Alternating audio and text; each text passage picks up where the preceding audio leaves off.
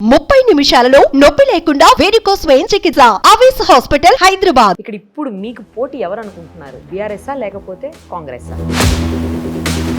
ఈ పార్లమెంట్ ఎన్నికలు వాళ్ళ పార్టీని టైటానిక్ అనేటువంటి పడవ ఒకటి ఉండే అని చరిత్రలో చెప్పుకున్నట్టు ఒక పార్టీ ఉండే అని చెప్పుకునే స్థితికి దిగజారుతుంది. గతంలో మీరు అధికారంలో రాకముందు బీజేపీ పరిస్థితి ఏంటి దేశవ్యాప్తంగా?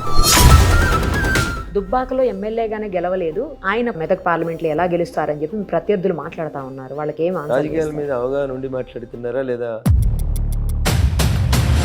ఎన్ని ఎంపీ సీట్స్ ఎక్స్పెక్ట్ చేస్తున్నారు ఈసారి మీరు? 17. ఇది ఓవర్ కాన్ఫిడెన్స్ ఏమో. యుద్ధం నేను గెలుస్తా అనుకుంటే సైనికుడు కత్తి పట్టుకొని యుద్ధంలోకి పోతాడు. నేను ఓడిపోతున్నా అనుకుంటే సైనికుడు కత్తి ఆడవారేసి వెనుకకు వారిపోతాడు. అందుకని 17కు 17 మేమే గెలుస్తాం. ప్రస్తుతం మనతో పాటు ఉన్నారు మెదక్ పార్లమెంటు నియోజకవర్గంలో నుంచి బీజేపీ తరపున ఎన్నికల బరిలో ఉన్నటువంటి రఘునందన్ రావు గారు. ఒక్కసారి ఆయనతో మాట్లాడదాం. సార్ నమస్తే. నమస్తే. ఎలా ఉన్నారు సార్? బాగున్నాం. ఎలా సాగుతుంది క్యాంపెయినింగ్? దగ్గరకు వచ్చేసింది, ఇంకా సూర్యుడితో పోటీ పడి నడిపిస్తా ఉన్నాం. అంతేనా? బాణుడి దగదగల్ని కాదని జన మధ్యలో తిరుగుతా ఉన్నాం. రెస్పాన్స్ ఎలా వస్తుంది? ఎందుకంటే మెదక్ అనేది మీకు గతంతో పోల్చినప్పుడు కొంచెం కొత్త ప్రాంతం. నా కొత్త ప్రాంతం ఎందుకైతే నేను పుట్టింది పెరిగింది మెదక్ పార్లమెంట్ నియోజకవర్గ పరిధిలోనే. Correct. పుట్టింది దుబ్బాకలో, చదువుకున్నది డిగ్రీ వరకు సిద్దిపేటలో. ఈ రెండు నాకు జన్మభూమి అయితే పెళ్లి చేసుకోగానే నేను వచ్చింది పటాన్ చెరువుకి. దాదాపు 30 సంవత్సరాల నుంచి నేను పటాన్చెరులో ఉంటున్నాను. దాదాపు 30 సంవత్సరాల నుంచి సంగారెడ్డిలో ప్రాక్టీస్ చేస్తున్న అడ్వకేట్ని. సో ఈ పార్లమెంట్ పరిధిలో ఉన్న 7 అసెంబ్లీ నియోజకవర్గాల్లో 4 నియోజకవర్గాల్లో 2 జన్మభూమి అయితే, దుబ్బాక సిద్దిపేట నాకు జన్మభూమి అయితే, పటాన్చెరు సంగారెడ్డి 2 నాకు కర్మభూమి. ఈ 4 అసెంబ్లీ నియోజకవర్గాల్లో ప్రతి గ్రామంలో నేరుగా ప్రత్యక్ష సంబంధాలు దాదాపు 3 దశాబ్దాలుగా కలిగిన వ్యక్తిని. 2.5 దశాబ్దాల నా రాజకీయ జీవితం ఈ 4 అసెంబ్లీ నియోజకవర్గాలతో కలిసి నడుస్తుంది. అంటే రాజకీయ సంబంధాలు. నేను అదే చెప్తాను, ఈ 4 నియోజకవర్గాల్లో రాజకీయ సంబంధాలు ప్రత్యక్షంగా ఉన్న వ్యక్తిని. అట్లాంటి మా మెదక్ 10 నియోజకవర్గాల్లో తెలంగాణ వ్యాప్తంగా దాదాపు అన్ని అసెంబ్లీ నియోజకవర్గాల్లో చాలా మందితో డైరెక్ట్గా సంబంధాలు కలిగి ఉన్నటువంటి వ్యక్తిని నేను. కొద్ది మందిలో నేను ఒకరిని. సో ఎవరు కొత్త కాదు ఎక్కడైతే. ఈ నియోజకవర్గం నాకు కొత్త కాదు, కొట్టిన పిండి. ప్రతి ఊర్లో జెండా గద్దె కట్టినాం, ప్రతి ఊర్లో జెండా ఎగిరేసినాం, ప్రతి ఊర్లో పార్టీ నినాదాన్ని తీసుకొని పోయినాం. కాబట్టి మెదక్ రఘునందన్ కొత్త కాదు. ఇక్కడ ఇప్పుడు మీకు పోటీ ఎవరు అనుకుంటున్నారు? అటు బీఆర్ఎస్ఆ లేకపోతే కాంగ్రెస్ఆ? కాంగ్రెస్ పార్టీ ఇటీవల రాష్ట్రంలో అధికారంలోకి వచ్చింది కాబట్టి కొంతవరకు కాంగ్రెస్ పుంజుకున్నట్టు కనబడుతుంది. బట్ మెదక్ జిల్లాలో కూడా అదే పరిస్థితి కనబడుతుందని నేను అనుకుంటా ఉన్నాను. చంద్రశేఖరరావు గారికి ఎందుకు ఓటేయాలని ప్రజలు ఒక మీమాంసలోకి వచ్చిన్నారు. ఎందుకంటే రాష్ట్రంలో కాంగ్రెస్ పార్టీ అధికారంలో ఉంది, కేంద్రంలో 3వసారి నరేంద్ర మోడీ గారి నాయకత్వంలో భారతీయ జనతా పార్టీ రాబోతుంది. ఇది సూర్యుడు తూర్పున ఉదయిస్తాడనేది ఎంత నిజమో, కేంద్రంలో నరేంద్ర మోడీ గారి నాయకత్వంలో భారతీయ జనతా పార్టీ 3వసారి అధికారంలో రాబోతుంది అనేది అంతే నిజం. మరి అట్లాంటప్పుడు బీఆర్ఎస్కి ఎందుకు ఓటేయాలి? గల్లీలో లేదు, ఢిల్లీలో లేదు బీఆర్ఎస్ పోని 10 ఏళ్ళ ట్రాక్ రికార్డు తీసుకుంటే ఒక్క ఎంపీ కూడా పోయి ఢిల్లీలో మాట్లాడింది లేదు, కొట్లాడింది లేదు. 10 బస్సులు ఉన్న ఆయనకు టికెట్ ఇస్తే ఆయన 100 బస్సులు చేసుకున్నాడు. 2 పోల్ట్రీ ఫామ్లు ఉన్న ఆయనకి ఇస్తే ఆయన పోయి 10 పోల్ట్రీ ఫామ్లు చేసుకున్నాడు. 100 ఎకరాలు ఉన్నకి ఇస్తే వాడు పోయి 1000 ఎకరాలు చేసుకున్నాడు. వాళ్ళ తరఫున పోటీ చేసిన ఎంపీ క్యాండిడేట్లు అంతా వ్యక్తిగత వ్యాపార సామ్రాజ్యాల్ని విస్తరించుకోవడానికి ఢిల్లీని వేదికగా వాడుకున్నారు తప్ప ఒక్కరు కూడా జై తెలంగాణలే, ఒక్కరు కూడా జై తెలంగాణకు సంబంధించి అక్కడ ఏం కూడా కష్టపడలేదు, పని చేయలేదు. అందుకని బీఆర్ఎస్కి ఈ ఎన్నికల్లో BRS has no local stand అని చెప్తాను నేను. తిరుపతి పోతే 2 మనవి ఉండాలి. అయితే కత్తి మనది కావాలి, లేకపోతే నెత్తి మనది కావాలి. కత్తి మనది కాదు, నెత్తి మనది కాదు. ఇప్పుడు బీఆర్ఎస్ కోటేయడం వల్ల వచ్చే ఫలితం ఏముంటుంది? చంద్రశేఖరరావు గారు ముఖ్యమంత్రి గారు, కేంద్రంలో ప్రభుత్వం రాదు. నేను ఇంత గట్టిగా ఎందుకు చెప్తా ఉన్నా అంటే 2018 డిసెంబర్లో 2వసారి అధికారంలోకి వచ్చిన తర్వాత 63 సీట్లకి 88 సీట్లకు టీఆర్ఎస్ ఎదిగిన తర్వాత సారు, కారు, 16 ఢిల్లీలో సర్కార్ అని నినాదం తీసుకుంటే డబుల్ డిజిట్లు ఉన్న బీఆర్ఎస్ పార్టీ ఎంపీల సంఖ్య సింగిల్ డిజిట్లకు వచ్చింది. సాక్షాత్తు ముఖ్యమంత్రి గారి కూతురు నిజామాబాద్లో ఓడిపోయింది.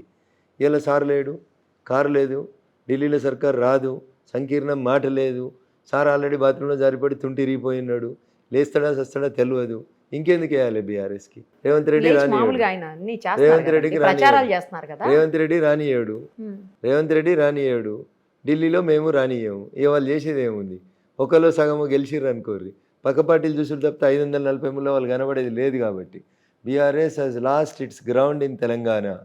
దుబ్బాక ఉప ఎన్నికలలో ఓటమితో చంద్రశేఖరరావు గారి పార్టీ పునాదుల్ని నేను కదిలిస్తే ఈ పార్లమెంట్ ఎన్నికలు వాళ్ళ పార్టీని టైటానిక్ అనేటువంటి పడవ ఒకటి ఉండే అని చరిత్రలో చెప్పుకున్నట్టు టీఆర్ఎస్ అనే ఒక పార్టీ ఉండే అని చెప్పుకునే స్థితికి దిగజారిపోతుంది. అలా అంటున్నారు.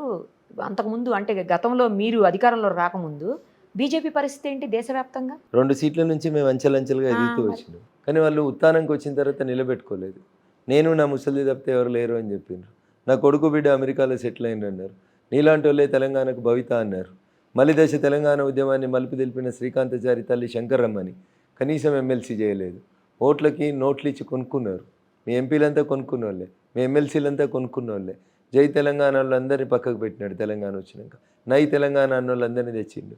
నేను వాళ్ళ రాక సందర్భంగానే నేను ఒక మాట చెప్పినాను, నేటి ఫిరాయింపుదారులే రేపు పిరంగులై పేల్తారు సారు అని చెప్పినాను. అర్థం కాలేదు ఆయనకి. మొదటి పిరంగి నిజామాబాద్లో వేలింది, ఆఖరి పిరంగి మన వరంగల్లో వేలింది. కేసీఆర్ను ఫామ్ హౌస్కే కన్ఫైన్ అవుతాడనేది నాకున్నటువంటి అవగాహన, అంచనా. సో అయితే మీకు పోటీ ఇప్పుడు కాంగ్రెస్ అని అనుకుంటున్నారా? ఈ రాష్ట్రంలో కాంగ్రెస్ పార్టీ అధికారంలో ఉంది కాబట్టి, 10 సంవత్సరాల తర్వాత అధికారం వచ్చింది కాబట్టి వాళ్ళు కొంత ప్రయత్నం చేస్తారు, నిలబెట్టుకునేందుకు ప్రయత్నం చేస్తారు. బట్ కాంగ్రెస్ కూడా వచ్చేటి కొంచెం లిమిటెడ్ సీట్సే వస్తాయి. ఎందుకంటే దేశవ్యాప్తంగా ఎన్డీఏ కూటమిలో భాగస్వామి అయినటువంటి పార్టీలలో పెద్ద పార్టీ దీది చెప్పింది, వెస్ట్ బెంగాల్ ముఖ్యమంత్రి ఏమని, కాంగ్రెస్కి సొంతంగా 40 సీట్లు రావు దేశవ్యాప్తంగా అని చెప్పింది. దేశవ్యాప్తంగా 40 సీట్లు రాని కాంగ్రెస్కి తెలంగాణ ప్రజలు ఎందుకు వేస్తారు? వేస్తే 1-2 వస్తుండొచ్చు అంతే.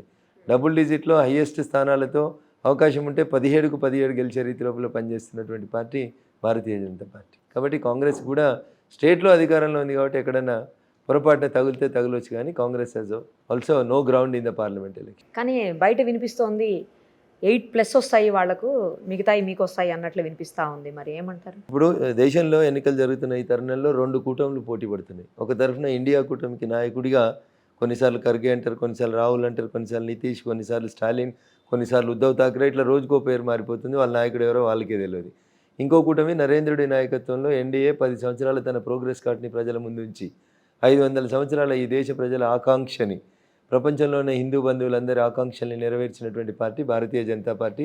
నరేంద్రుడి నాయకత్వం, సంకీర్ణ శకాలను ముగించిన ధర్మం, ఒక గొప్ప నాయకుడు, ప్రపంచానికి భారత్ని విశ్వగురువుగా పరిచయం చేస్తున్నటువంటి ఒక గొప్ప నాయకుడి నేతృత్వంలో ఎన్డీఏ కూటమి ఒకవైపు కనబడుతుంది, ఇటువైపు యూపీఏ కూటమి ఒకవైపు కనబడుతూ ఉంది, లేదా ఇండియా కూటమి. దీనికి నక్కకు నాగలోకు అనుకున్నంత తేడా ఉంది. తెలంగాణ ప్రజలు అంత అమాయకంగా కాంగ్రెస్ పార్టీకి ఎందుకు ఓటేయాలి? రేవంత్ రెడ్డికి ఓటేసిర్రు, అయిపోయింది. కాంగ్రెస్ రాష్ట్రంలో అధికారంలోకి వచ్చింది, అయిపోయింది. కేంద్రంలో అధికారంలో రానిటువంటి పార్టీకి ఓటేయడం వల్ల ఏమొస్తుందనే తెలంగాణ ప్రజలు ఆలోచిస్తారు. దుబ్బాకలో ఎమ్మెల్యేగానే గెలవలేదు, ఆయన పార్లమెంటుకి ఎలా, మెదక్ పార్లమెంట్లో ఎలా గెలుస్తారని చెప్పి ప్రత్యర్థులు మాట్లాడుతూ ఉన్నారు. వాళ్ళకి ఏం ఆన్సర్ చేస్తారు? ఈ మాట నిన్నను మొన్నను మాజీ ముఖ్యమంత్రి కేసీఆర్ కూడా మాట్లాడినట్టున్నాడు. రాజకీయాల మీద అవగాహన ఉండి మాట్లాడుతున్నారా, లేదా నేను ఇందాక చర్చ ప్రారంభించినప్పుడు చెప్పిన బాణుడు దగదగలాడుతున్నాడని, ఏమైనా ఎండ ఎక్కువ మత ఏమైనా భ్రమించిందని నాకు తెలియదు. వేరే వాళ్ళు మాట్లాడితే నేను పెద్ద ఫీల్ కాకపోతుంది, పట్టించుకోకపోతుంది. కానీ కేసీఆర్ లాంటి వాడు 40 ఏళ్ళ రాజకీయాలు చేస్తున్నా అనేటోడు మాట్లాడితే కొంచెం బాధ అనిపిస్తుంది. మరి కేసీఆర్ కామారెడ్డిలో ఓడిపోలేదా? కామారెడ్డిలో ఓడిపోయినోడు 17 పార్లమెంట్లు గెలిపిస్తాను ఎట్లా తిరుగుతాడు? గల్లీలో 10 ఏళ్ళు అధికారంలో ఉండి ముఖ్యమంత్రి ఉండి నువ్వు నీ కుటుంబం అధికారాన్ని కోల్పోయి తెలంగాణ బంగారు తూకుడు అయినాక నిన్ను ఫామ్ హౌస్లో తీసుకుపోయి పారేసినాక గల్లీలో గెలవలేనోడు, తెలంగాణలో ఏలడానికి శాతగానోడు, రేపు దేశాన్ని వెళ్తా 12 మంది ఎంపీలు నువ్వు ఎట్లా తిరుగుతున్నావు? నన్ను అడిగే నైతికకు నీకెక్కడిది? ఎవరు నీ కొప్పుల ఈశ్వర్? ఎమ్మెల్యే ఓడిపోయినని తీసుకుపోయి పెద్దపల్లి ఎంపీ లేదను? ఎవరు నీ బాజిరెడ్డి గోవర్ధన్? నిజామాబాద్ జిల్లాలో ఒక అసెంబ్లీ గెలవలేని బాజిరెడ్డి గోవర్ధన్ తీసుకుపోయి నిజామాబాద్ పార్లమెంట్కి పోటీ చేపిస్తలేవా? ఇట్లా చెప్పుకుంటూ పోవాలంటే పక్క పార్టీలకి వెళ్ళి అరువు తెచ్చుకొని సిరిపూర్లో ఎమ్మెల్యేకి ఓడిపోయినా నేను తీసుకొచ్చి నాగర్ కర్నూలు ఎంపీకి పోటీ చేపిస్తలేవా నీ పార్టీ గుర్తు మీద? నువ్వు కూడా చేస్తున్నావు కదా, ఎందుకు మాట్లాడతావు అట్లా? నీ సొంత కూతురు ఓడిపోయింది కదా నిజామాబాద్ పార్లమెంట్ లోపల, తెచ్చి అడ్డదారులు ఎమ్మెల్సీని చేసినావు కదా. మాకు నీలాగా రాజకీయ వారసత్వం లేకపోవచ్చు, బట్ మాకు ప్రజాబలం ఉంది అని చెప్తా ఉన్నాను. ఈ మాట మీనింగ్లెస్ మాట అవుతుంది. అట్లంటే రేవంత్ రెడ్డి గారు కొడంగల్లో ఓడిపోయి వచ్చి మల్కాజిగిరి ఎంపీ గెలవలేదా? కిషన్ రెడ్డి గారు అంబర్పేటలో ఓడిపోయినరు, వచ్చి ఇలా కేంద్ర మంత్రి కాలేదా? బండి సంజయ్ గారు కరీంనగర్లో ఓడిపోయినరు, పార్లమెంట్ గెలిచే వరకు పార్టీ ప్రెసిడెంట్ కాలేదా? అందుకని ఒక ఎన్నికకి ఇంకొక ఎన్నికకి పొత్తుండదు, పొంతునుండదు, సంబంధం ఉండదు. ఎవరు పడితే వాళ్ళు ఏది పడితే అది మాట్లాడితే దానికి ఏం సమాధానం చెప్తాను? మెదక్ పార్లమెంటు నియోజకవర్గంలో ఉన్నటువంటి ఓటర్లు రఘునందన్ రావు గారికి ఎందుకు ఓటేయాలి అంటే ఏం సమాధానం? 2.5 దశాబ్దాలుగా ఈ జిల్లాలో ఉన్నటువంటి ప్రతి సమస్య, పటాన్చెరులో ఉన్న కాలుష్యం కానివ్వండి, సంగారెడ్డికి మెట్రో కానివ్వండి, బిహెచ్ఎల్ చౌరస్తాని వెడల్పు కానివ్వండి, మీరు వచ్చిన రోడ్డు కల్లకల్ చౌరస్తా జంక్షన్ పెంచడం కానివ్వండి, ఇవన్నిటి మీద, సమస్యలన్నిటి మీద పూర్తి స్థాయిలో అవగాహన ఉండి మల్లన్న సాగర్లో భూములు కోల్పోతున్న రైతుల కోసం కొట్లాడినా, నియోజకవర్గాల వారిగా తీసుకున్నప్పుడు ఒకరి మీద సవతి తల్లి ప్రేమ చూపిస్తుంటే ఆ నియోజకవర్గాల పక్షాన పోరాడినా, ఇట్లా ఏ సమస్యనైనా గత 2.5 దశాబ్దాలుగా ఈ జిల్లాలో ఉండి ఈ జిల్లాలో ఉన్నటువంటి పేద ప్రజల పక్షాన అంగన్వాడీలు, ఆశాలు, హోంగార్డులు, కానిస్టేబుళ్ళు, టీచర్లు, 317 జీవో, ప్రతి సమస్య మీద నాకు ప్రజలు 3 సంవత్సరాలు దుబ్బాక నుంచి అవకాశం ఇస్తే అసెంబ్లీలో నిలబడి కలబడి కేసీఆర్ అనేటువంటి ప్రశ్నించిన ఒకే ఒక గొంతు రఘునందన్ రావు గొంతు.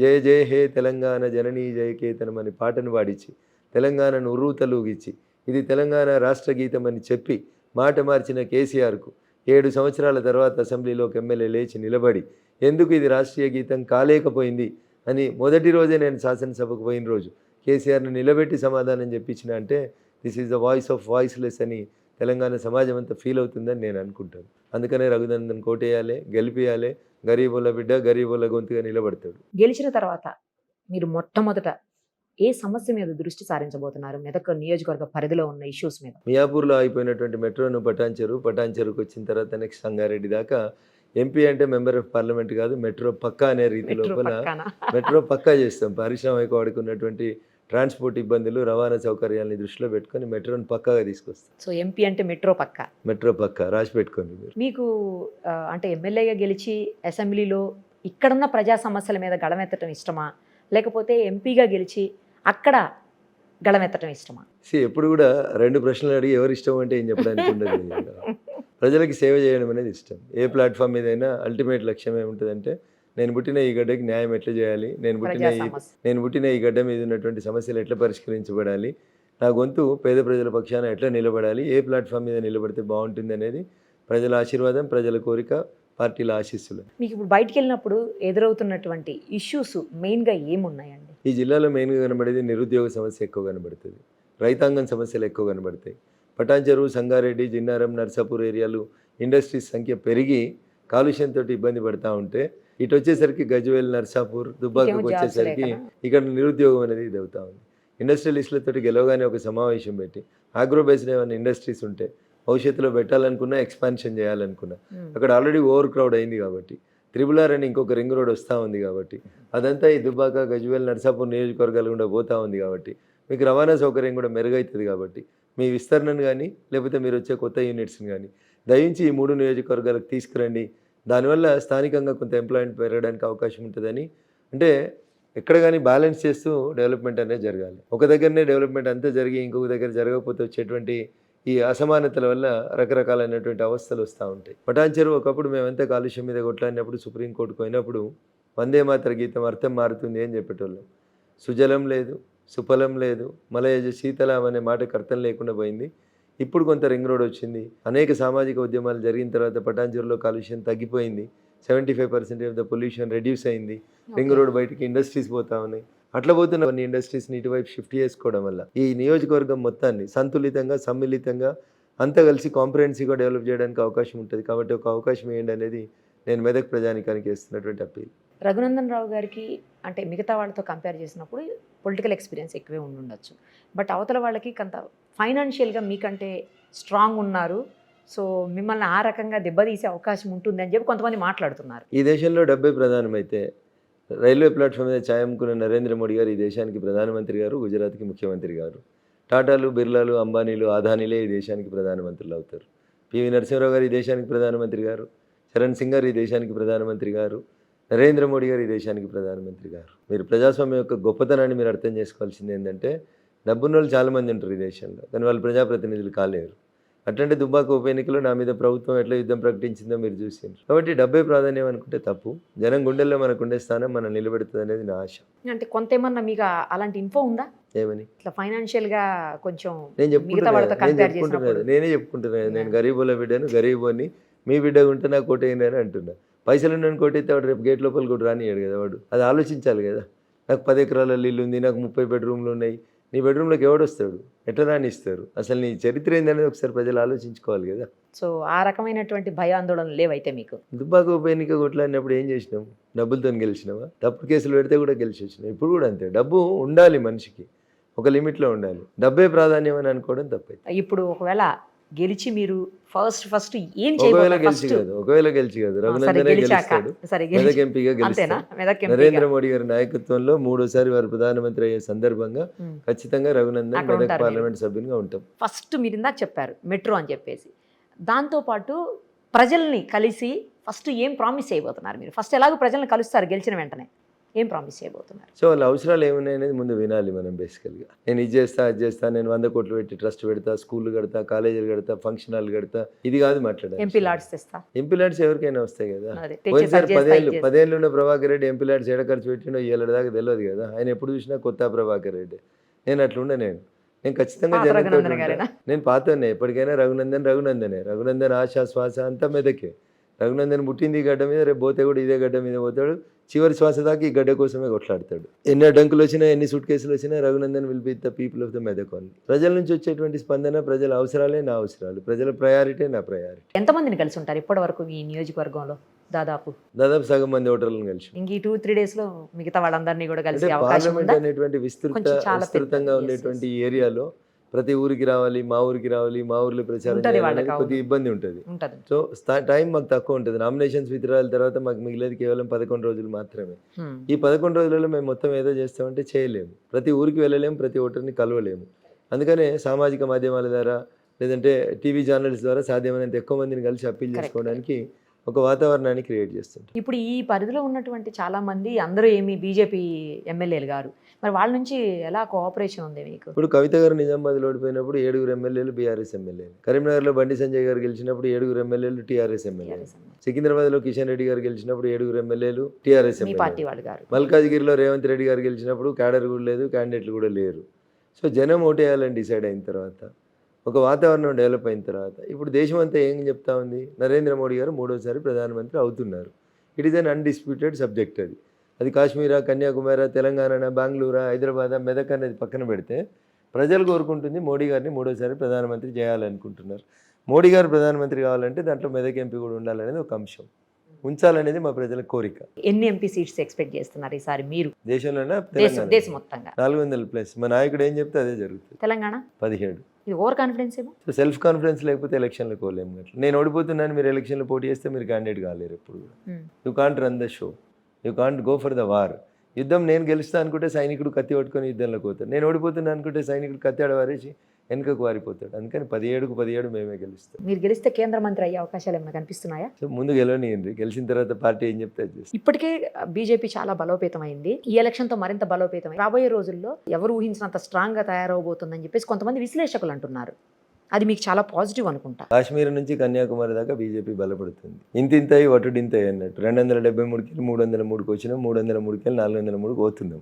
భారతీయ జనతా పార్టీ ప్రతి బూత్ను గెలవాలనుకుంటుంది, ప్రతి రాష్ట్రాన్ని గెలవాలనుకుంటుంది. ఆ దిశగా మా కార్యకర్తలు ఎన్ని ఇబ్బందులు వచ్చినా, మెడ మీద తుపాకులు పెట్టినా, కత్తులు పెట్టినా, ప్రాణం తీస్తామని బెదిరించినా, నమ్మిన సిద్ధాంతం కోసం, దేశం కోసం అసూలు వారిన అనేక మంది అమరులైన తర్వాత పార్టీ ఈరోజు ఇంత స్థాయికి వచ్చింది. Nation first, party next, individuals last అనే మోటోతోటి పనిచేసే కార్యకర్తల ఘనం, దళం, బలం, బలగం ఉన్నటువంటి పార్టీ భారతీయ జనతా పార్టీ. కానీ రాబోయే రోజుల్లో ఒకవేళ మీరు కనుక స్ట్రాంగ్ అయిపోయి, మీరు కనుక పెద్ద పార్టీగా, లార్జెస్ట్ పార్టీగా కనుక వస్తే రిజర్వేషన్స్ తీసేస్తారు, రిజర్వేషన్స్ అనేవి ఉండవు అని చెప్పేసి ఒక రకమైనటువంటి ప్రోపగాండా ఎగెనిస్ట్గా మీ మీద జరుగుతూ ఉంది. నరేంద్ర మోడీ గారు ఇప్పటికీ 2 సార్లు చెప్పినారు. సాక్షాత్తు భారత రాజ్యాంగాన్ని రాసినటువంటి బిఆర్ అంబేద్కర్ మళ్ళీ పుట్టేస్తే కూడా భారత రాజ్యాంగాన్ని రద్దు చేయడం వీలుపడదు. రిజర్వేషన్ల అంశానికి సంబంధించి భారత రాజ్యాంగం కేటగారికల్గా చెప్పింది. ఎస్సీలకి, ఎస్టీలకి జనాభా పెరుగుతున్న కొద్దీ జనాభా దామాషా ప్రకారం వాళ్ళ రిజర్వేషన్స్ని పెంచుతుంది. This is Indian constitution. ఇది తెలియక ఎవడు పడితే వాడు 7వ తరగతి చదివినాడు, 3వ తరగతి చదివినాడు ముఖ్యమంత్రి, ఏది పడితే అది అరుస్తూ ఉన్నారు.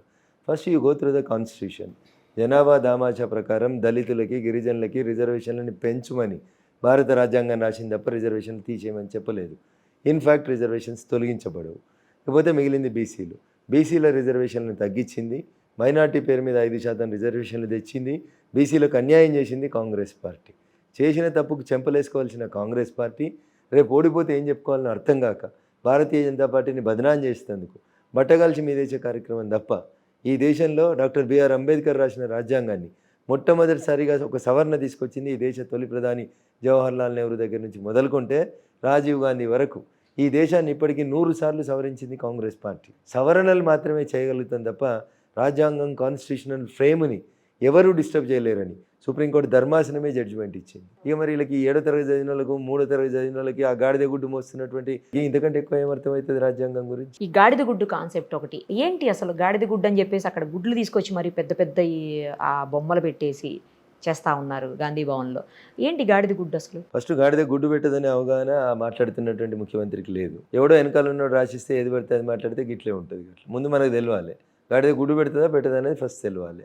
6 నెలలు అయింది నేను అధికారంలోకి వచ్చి, నేను తెలంగాణ ప్రజలకు ఇచ్చింది గాడిద గుడ్డని ఆయన చెప్పదలుచుకుంటే చెప్పమనుండ్రి. 2000 పింఛన్ 4000 ఇస్తా అన్నాడు. ఇంట్లో ఒక ముసలమ్మకే పింఛన్ వస్తుంది కేసీఆర్ ఉంటే, నేను వస్తే ఇంట్లో ఇద్దరికి ముసలమ్మకు ముసలాయనకి ఇద్దరికి ఇస్తా అన్నాడు. దాదాపు 6 నెలలు అవుతుంది. ఒక పింఛన్ కూడా 2000 నుంచి 4000కి పెరగలేదు. వీళ్ళంటి వాళ్ళని చూపిస్తూ మా చెల్లెలు లాంటి వాళ్ళు మహాలక్ష్మిలు, ప్రతి మహాలక్ష్మికి నెలకి 2,500,000 అకౌంట్లు వేస్తా అన్నాడు. 3 రోజుల క్రితం సాక్షాత్తు వాళ్ళ పార్టీ లీడర్ అని చెప్పుకున్న రాహుల్ గాంధీని తీసుకొచ్చి నిర్మల్లా బ్యాంక్ ఖాతాలలో నెలకు 2,500,000 వేస్తున్నాం, వేసినాం, మా ప్రభుత్వం వేసింది, ఏడాదికి 30,000 వస్తాయని హిందీలో వచ్చిరాని భాష. ఈయనకు రాదు, ఈయనకి ఎవడో రాసిస్తాడంటే వానికి ఎవడో రాసిచ్చాడు. అది కూడా అదే భాష చెప్పిపోయింది. అట్లా 2,500,000 మహాలక్ష్మి పథకం కింద తెలంగాణలో ఇస్తున్నాం అని చెప్పిపోయినారు. కేసీఆర్ ఉంటే 5,000 వస్తాయి, కేసీఆర్ పోతే 15,000 వస్తాయి అన్నాడు రైతు బంధు. కేసీఆర్ పోయి 6 నెలలు అయింది, 5,000 కూడా దిక్కులేవు, 15,000 దిక్కులేవు. ఇంకో మాట చెప్పిండు, మీరు ఇప్పుడు నవంబర్లో లోన్లు కడుతున్నారు, 1,00,000 మాఫీ అవుతుంది మీకు, డిసెంబర్ 9 దాకా ఆగుండ్రి. లోన్ కట్టిన వాళ్ళు ఎవరు ఉంటే పోయి ఇంకో 1,00,000 కూడా తెచ్చుకోరు, డిసెంబర్ 9వ తారీఖున 2 లక్షలు రైతు రుణమాఫీ చేస్తా అని చెప్పిండు. చేసిండా? బిడ్డ పెళ్లి చేస్తే 1,00,000 రూపాయలు ఎందుకు సరిపోతలేవు, తులం బంగారం ఇస్తా అన్నాడు. రేవంత్ రెడ్డి అధికారంలోకి వచ్చినాక రోజు 100 పెళ్లిలు అయినాయి యావరేజ్ని ఒక్కొక్క మండల కేంద్రాన్ని తీసుకుంటూ వస్తే. ఒక్కరికన్నా తులం బంగారం వచ్చిందేమో అడుగు రిపోయి. వడ్లు కొంటే వరికి బోనస్ ఇస్తా క్వింటాల్కి 500 అన్నాడు. మీరు వచ్చే సర్వీస్ రోడ్ ఎంబడి వడ్లు ఎట్లా కనబడే ఒకసారి చూడుర్రి. నా ఇంటర్వ్యూ అయిపోయినాక రోడ్ల పొంటి పోరి, పల్లెటూరు రోడ్ల పొంటి చేగుంట దగ్గర దిగి దుబ్బాక దిక్కుపోయే రోడ్డు మీద పోన్రి. ఎక్కడైనా ఒక ఇంచు ఖాళీ ఉందేమో చూడుర్రి, వడ్లు ఎండ పోసింది. వడ్లు కొను లేదు, బోనస్ లేదు, రైతు రుణమాఫీ లేదు, 2,000 4,000 కాలే, 2,500 రాలే, 5,000 15,000 కాలే, ఆటో డ్రైవర్లకి 12,000 రాలేదు. ఏమొచ్చింది? పెద్ద గాడిద గుడ్డి ఇచ్చిండు రేవంత్ రెడ్డి తెలంగాణ సమాజానికి. ఇక దాన్ని ఆయన పట్టుకొని ఊరేగుతున్నాడు. మీరును కాంగ్రెస్ 2 లోపాయికారి ఒప్పందాలు, బీజేపీకి కాంగ్రెస్కి ఇద్దరు ఒకటే అని చెప్పేసి బీఆర్ఎస్ మాట్లాడుతుంది. అందుకే ముఖ్యమంత్రి గారిని కానీ, లేకపోతే ముఖ్యమంత్రి గారు చేస్తున్నటువంటి కార్యక్రమాల మీద కానీ, లేకపోతే చెయ్యని కార్యక్రమాల మీద కానీ బీజేపీ నేతలు ఎవరు మాట్లాడరు అని చెప్పేసి అంటా ఉన్నారు. నేను మాట్లాడినా కదా ఇప్పటిదాకా, అది ఇప్పుడు తిప్పుకోకుండా మాట్లాడినా కదా, అడిగితే మాట్లాడినాం, సందర్భం వచ్చిన ప్రతిసారి చెప్తున్నాం. నా ఎన్నికల సభలో ప్రతి చౌరస్తాలో అదే మాట చెప్తున్నా. అక్క నీకు 4,000 పింఛన్ వచ్చిందా, చెల్లె నీకు 2,500 వచ్చినాయి అని అడిగి వస్తున్నా. ప్రతి ఊర్లో అడిగిన. నా ఫేస్బుక్ ఓపెన్ చేస్తే రోజు నా స్పీచ్ కనబడుతుంది. నేను అడుగుతలేనే చెప్పుండ్రి. వాళ్ళని అడుగుతున్నా, వీళ్ళని అడుగుతున్నా. దానం నాగేందర్ ఏ పార్టీలో ఉండే 2014 కంటే ముందు? కాంగ్రెస్లో ఉండే. అప్పుడు కాంగ్రెస్ పచ్చగా ఉండే, కాంగ్రెస్లో ఉన్నాడు. 2014 తర్వాత ఎడికి వచ్చిండు, బీఆర్ఎస్లోకి వచ్చిండు. ఇప్పుడు బీఆర్ఎస్ మళ్ళీ ఎండిపోయింది, మళ్ళీ ఎడిపోయిండు, కాంగ్రెస్లోకి పోయిండు. కేశవరావు ఎవరు? డి శ్రీనివాస్ ఎవరు? నీ పార్టీలోకి వచ్చిన వాళ్ళంతా ఎవరు? ఎవరిని తెచ్చుకున్నావు? నువ్వే తెచ్చుకుంటావు, నువ్వే పంపిస్తావు. అయితే ఆ రంగు లేకపోతే ఈ రంగు 2 షర్ట్లు మార్చుకుంటారు తప్పితే అయితే కాంగ్రెస్ లేకపోతే బీఆర్ఎస్. ఎవరు పచ్చగుంటాడో ఉండాలి, ఎవరు రెచ్చగుంటాడో వైపు పండాలి. ఇది తప్ప వీళ్ళకి ఏముంది చెప్పండి? కాంగ్రెస్ బీఆర్ఎస్లు జంట అవిభాజిత కవలలు. వీణావాణి అని ఒకటి చదివినాం కదా మనం. చాలామంది డాక్టర్లు ట్రై చేసిరు కదా, అవిభక్త కవలలు, అవిభాజిత కవలలు, వీణావాణి అని విన్నాం కదా. అట్లా కాంగ్రెస్ బీఆర్ఎస్ని విడదీయలేం మనం. కేసీఆర్ పుట్టిందే కాంగ్రెస్లో, పెరిగింది కాంగ్రెస్లో, కద్దరు తొడిగిందే కాంగ్రెస్లో. ఇంకేం మాట్లాడతాం ఆయన గురించి? బొమ్మ బోరుసు అవి రెండు ఒక నాణ్యానికి. పైకి ఎగిరేస్తే బొమ్మనే కనబడుతుంది మీకు. కాంగ్రెస్ అధికారంలో ఉంటే బీఆర్ఎస్ని కాపాడుతుంది, బీఆర్ఎస్ అధికారంలో ఉంటే కాంగ్రెస్ని కాపాడుతుంది. ఏడుంది ఓటుకు నోటు కేసు రేవంత్ రెడ్డిది? 2015లో అయింది కదా కేసు. రేవంత్ రెడ్డిను కేసీఆర్, రేవంత్ రెడ్డిని హరీష్ బాగా కొట్లాడుకుంటారు కదా. 2015లో కేసు అయింది కదా. యాడున్నాం 2024, 9 ఏళ్ళు అయింది. ఎందుకు నడుస్తలేదు ట్రయల్? ఎవరితోటి ఎవరు కుమ్ముక్కు అయినరు, ఎవరెవరితో కాంప్రమైజ్ అయినరు? ఇట్లా మాట్లాడితే ఉన్నట్టు మాట్లాడితే ఊరందరికి శత్రువు. ఎలక్షన్ ముందు కావాలనే కవిత గారిని అరెస్ట్ చేశారు బీజేపీ నేతలు, కావాలని చేసింది అని మాట్లాడారు. ఏమంటారు? తప్పు చేసిన వాళ్ళు ఎప్పుడైనా శ్రీకృష్ణ జన్మస్థానానికి పోవాల్సిందే. ఇన్వెస్టిగేటింగ్ ఏజెన్సీకి తగిన సాక్ష్యాధారాలు దొరికేంత దాకా ఎంతకాలమైనా ఓపిక పడుతుంది. కవితను పిలిచిన ఈడీఏ శ్రీమతి సోనియా గాంధీ గారిని కూడా పిలిచింది, రాహుల్ గాంధీ గారిని కూడా పిలిచింది, ప్రియాంక గాంధీ గారి భర్త రాబర్ట్ వాద్రాని కూడా పిలిచింది. మరి వాళ్ళని కూడా ఇడిచిపెట్టారు కొన్నిసార్లు పిలిచి. అంటే కాంగ్రెస్ బీజేపీ ఒకటైందా? సాక్ష్యాలు ఆధారాలు వచ్చేంత వరకు దాకా నోటీసులు ఇస్తారు, పిలుస్తారు. సాక్ష్యాలు ఆధారాలు దొరికిన తర్వాత మీరైనా నేనైనా తప్పు చేస్తే శ్రీకృష్ణ జన్మస్థానానికే పోవాలి. దానికి ఏం కవిత అతీతం కాదు, సోనియా గాంధీ గారు అతీతం కాదు, రాహుల్ గాంధీ గారు అతీతం కాదు, రఘునందన్ రావు కూడా దానికి ఏం ఎక్సెప్షన్ కాదు. సో దానికి మీకు ఎలాంటి సంబంధం లేదు. ఇప్పుడు ఈడీ అరెస్ట్ చేస్తే భారతీయ జనతా పార్టీకి ఏం సంబంధం? మీరే ఇన్ఫ్లుయెన్స్ చేస్తున్నారని కదా అనేది అందరూ. ఓకే, ఈడీ మేము వచ్చిన తర్వాత వచ్చిన సంస్థ కాదు. ఈడీ దేశంలో మాకంటే ముందు కూడా చాలామందిని అరెస్ట్ చేసింది, చాలామంది మీద కేసులు పెట్టింది. కాబట్టి ఈడీ వచ్చింది, ఈడీని మోడీ తీసుకొచ్చినారనే మాట మీనింగ్లెస్ మాట.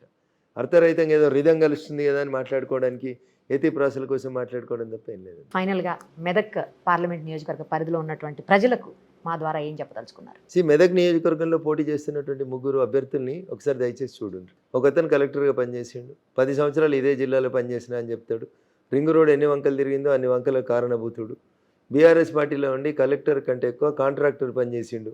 సిద్దిపేట జిల్లా కలెక్టర్గా ఉండి R&R కాలనీలు కట్టించింది ఆయన కంపెనీ కట్టించింది. సాక్షాత్తు ముఖ్యమంత్రి గారికి భార్య పిల్లలతో కలిసి సాష్టాంగ నమస్కారం పెట్టిండు. కలెక్టర్ గుండి సాష్టాంగ నమస్కారం పెట్టి ఎమ్మెల్సీ పదవి కొనుక్కున్నాడు.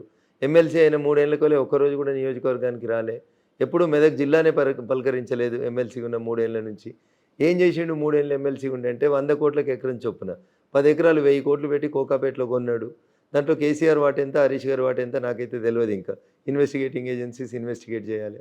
రాజపుష్ప అనే కంపెనీని పెట్టుకొని 2023 నవంబర్ డిసెంబర్ లోపల అసెంబ్లీకి ఎన్నికలు జరిగితే రాజపుష్ప కంపెనీకి వెళ్ళి పోలీస్ వాహనాలలో అధికారిక వాహనాలలో డబ్బులు పంపించి తెలంగాణలో టీఆర్ఎస్ ప్రభుత్వాన్ని 3వ తెచ్చేందుకు ప్రయత్నం చేసిండని రాధాకిషన్ రావు గారు అనేటువంటి OSD డీసీపీ గారు రిమాండ్ అయినప్పుడు పోలీసులకు ఇచ్చిన వాంగ్మూలంలో చెప్పిండు. అట్లా డబ్బులే లక్ష్యంగా రింగ్ రోడ్ అష్టావంకర్లకు కారణభూతమై లక్షల కోట్ల రూపాయలకు ఎదిగినటువంటి ఒక కలెక్టర్ కమ్ కాంట్రాక్టర్ కమ్ ఎమ్మెల్సీకి ఓటేస్తే మల్లన్న సాగర్ బాధితుల ఉసురు దాగుతుంది. వేములగట్లో పాతము పూర్వీకులు కట్టిన ఇంటి దూలాలని వాసాలని పేర్చుకొని తన చితిని తానే పేర్చుకొని చనిపోయిన మల్లారెడ్డి అనే రైతు ఆత్మ ఘోషిస్తుంది.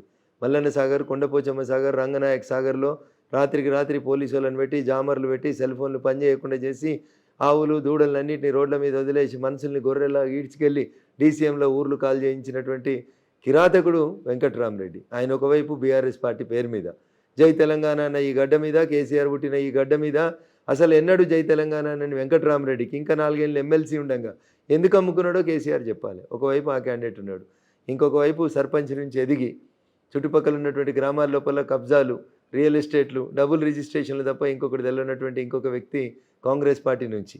కాంగ్రెస్ పార్టీ ఒక బీసీ బిడ్డకి ఎమ్మెల్యే టికెట్ ఇస్తే ఆ బీసీ బిడ్డ మీద పగబట్టి ఓడగొట్టి ఒక 4 నెలల్లో 4 పార్టీలు మారి కాంగ్రెస్కు ఓటేయొద్దని, కాంగ్రెస్ను కథం చేయాలని చెప్పి నినాదాలు ఇచ్చినటువంటి వ్యక్తి. మరి బీఫామ్ ఎట్లా వచ్చిందో ఇచ్చిన వాళ్ళకి తెలవాలి, మాట్లాడుతున్న వాళ్ళకి కూడా తెలవాలి. అందుకని దయించి మెదక్ ఓటర్ మహాశయులందరికీ కూడా నేను సవినయంగా చేసేటువంటి అప్పీల్, ఆ ఇద్దరిని నన్ను చూడండి. 2001 ఏప్రిల్ 27 నుంచి జై తెలంగాణ నిదానం నుంచి మొదలుకుంటే జై శ్రీరామ్ దాకా ఈ గడ్డ మీద పూర్తిగా అవగాహన ఉన్న మీ బిడ్డని. అందుకని ఒకసారి నన్ను ఆశీర్వదించుండ్రి, అవకాశం ఇయ్యండి. మీ గొంతుగా ఎట్లయితే దుబ్బాక శాసనసభ్యునిగా గెలిపించి పంపిస్తే దుబ్బాక పేరుని ఖండాంతరాలకి విశ్వవ్యాప్తం చేసినో, అసెంబ్లీలో అనునిత్యం దుబ్బాక పేరు ప్రజలకు వినబడేలా చేసినో, రేపు నన్ను మెదక్ పార్లమెంట్ సభ్యునిగా గెలిపించి పంపిస్తే ఖచ్చితంగా దేశవ్యాప్తంగా ఆల్రెడీ ఒకసారి ఈ పేరు మారుమోగింది, మెదక్ పార్లమెంట్ పేరు. భవిష్యత్తులో కూడా దాని గుర్తింపు, గౌరవాన్ని, మెదక్ ప్రజల యొక్క ఫీలింగ్స్ అన్నింటిని కూడా దేశవ్యాప్తంగా వ్యక్తీకరిస్తాను.